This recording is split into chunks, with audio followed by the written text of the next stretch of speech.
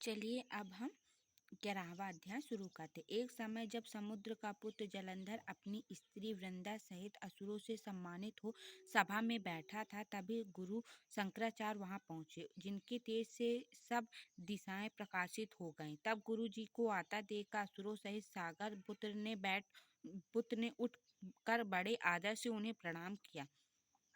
तेजस्वी गुरु जी ने सबको आशीर्वाद दिया और फिर उनको एक दिव्य आसन पर बैठाकर सब भी यथा स्थान बैठ गए और सागर पुत्र से ने नम्रता से यह प्रश्न किया, हे गुरु जी, राहु का शीश किसने काटा था, आप यह बतलाएं। इस पर शंकराचार्य जी ने विरोचन पुत्र हिरण्यकशिपु और उनके धर्मात्मा पौत्र का परिचय देकर देवताओं और असुरों द्वारा समुद्र मंथन की संक्षेप में सब कथा कहकर यह बतलाया कि जब समुद्र से अमृत निकला तो उसे देव रूप बनाकर राहु भी पीने बैठ गया। इस पर इंद्र के पक्षपाती भगवान विष्णु ने राहु का सिर काट डाला। यह सुनने के साथ ही जलंधर के नेत्र लाल हो गए। उसने बड़ा क्रोध किया, फिर अपने धसमर नामक दूत को बुलाकर गुरु का कहा हुआ सब वृतांत सुना और आज्ञा दी कि तुम शीघ्र इंद्रपुरी में जाकर इंद्र को मेरी शरण में लाओ।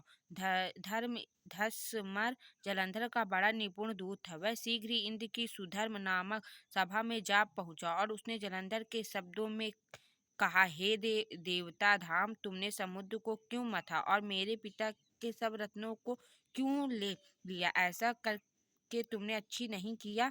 यदि तुम अपना भला चाहता है तो उन सब रत्नों को सहित देवताओं के साथ मेरी शरण में आ, अन्यथा हे सुराधाम, मैं सच कहता हूँ कि तेरा राज ध्वस्त कर दूंगा। इंद्र यह सुनकर बहुत विस्मित हुआ और कहने लगा, पहले सागर ने मेरे भय से सब पर्वतों को अपना कुक्षी में क्यों स्थान दिया और मेरे शत्रु दैत्यों की क्यों रक्षा की? इसी कारण से मैंने उनके सब रत्न हरण किए और मैं सत्य कहता हूँ कि मेरी द्रोही सुखी नहीं रह सकता। इंद्र की यह बात सुनकर दूत शीघ्र ही जलंधर के पास आया और सब बातें उसे कह सुनाई। जिसने सुनते ही वह दैत्य क्रोध के मारे अपने ओठों को काटने लगा और देवताओं को जीतने के लिए उसने उद्योग आरंभ किया। फिर तो सब दिशाओं का पाताल से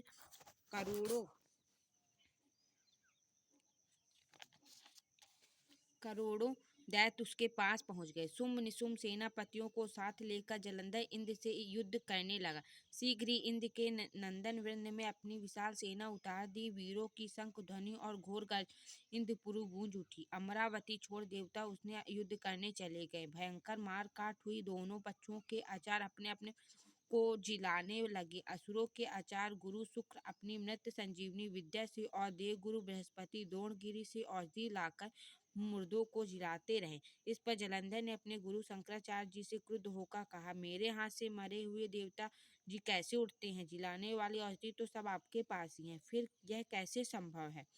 तो इस पर शंकराचार्य जी ने गुरुदेव जी श्री बृहस्पति जी द्वारा द्रोणगिरी से औषधि लाकर देवताओं के जिलाने की बात कह दी। यह सुनकर जलंधर और भी क्रुद्ध हो गया।